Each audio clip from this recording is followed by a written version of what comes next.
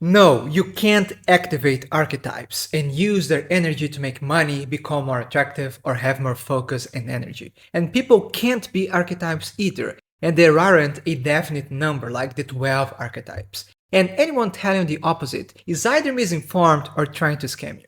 It's Rafael Krieger here, and in this video, I'll explain what archetypes really are and why they don't exist. So let's begin with a footnote from Archetypes and the Collective Unconscious. Jung says critics have contented themselves with asserting that no such archetypes exist. Certainly, they do not exist, any more than a botanical system exists in nature. But will anyone deny the existence of natural plant families on that account? Or will anyone deny the occurrence and continued repetition of certain morphological and functional similarities? It is much the same thing in principle with the typical figures of the unconscious. They are forms existing a priori, or biological norms of psychic activity. So the first thing we have to realize is that archetypes don't physically exist. They're actually an organizing principle and exist as a potential to experience something psychologically and physiologically in a similar and definite way. In that sense, archetypes are like a blueprint, a structure or a pattern, and all four psychological functions are required to apprehend it. As archetypes will evoke a typical thought pattern, a definite set of emotions, typical physical sensations, and symbolic representations. And I covered the psychological types and the four functions, thinking, feeling, sensation, and intuition in my last video. And this one continues my Demystifying Jungian Psychology series. And everything is based on my book Pisces, Demystifying Jungian Psychology. And you can claim your copy by joining my newsletter. I also link this playlist for you over here and down below. Now, archetypes will also elicit patterns of behavior, as they are an imagetic representation of instinctual patterns, making archetypes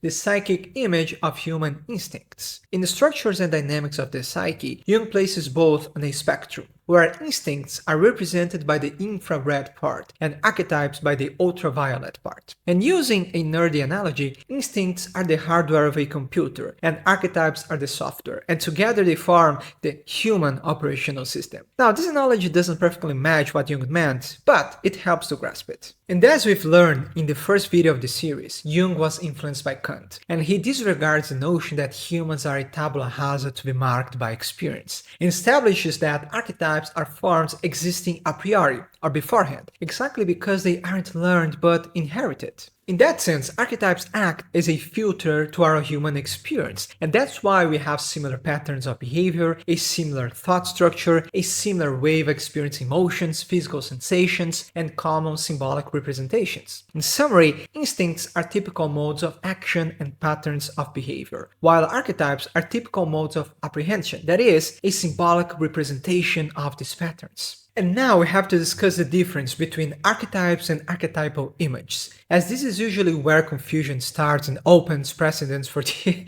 wildest and craziest things. So remember that archetypes don't exist. Their true nature is actually irrepresentable. That's why Jung refers to them as psychoid. What our conscious mind can perceive is a set of ideas and images that allude to this organizing principle. A great example is the tarot cards, as they aren't archetypes, but their symbols can allude to one.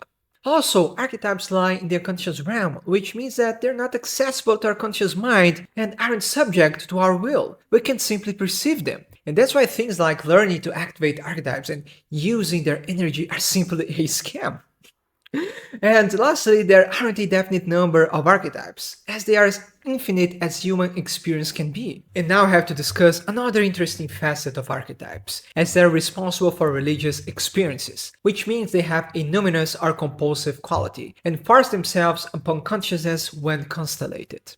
And Jung understands religion as a numinosum, that is, a dynamic agency or effect not caused by an arbitrary act of will. On the contrary, it seizes and controls the human subject, who is always rather its victim than its creator. The numinosum, wherever its cause may be, is an experience of the subject independent of his will. Religious teaching always and everywhere explains the experience as being due to a cause external to the individual. The numinosum is either a quality belonging to a visible object or the influence of an invisible presence that causes a peculiar alteration of consciousness. For instance, the rapturous feeling of falling in love and all the ludicrous displays that come with it. All the arduous challenges we face in the transition from childhood to adulthood, or how the first sexual encounter changes someone forever, or even the experience of parenthood or the death of a beloved one. Now, an archetype of situation is also a living thing that places inside a drama, with certain characters, obstacles, conflicts, and decisions. An archetype is attached to a definite narrative and evokes a storyline, with a beginning, its peripeteia, and a culmination.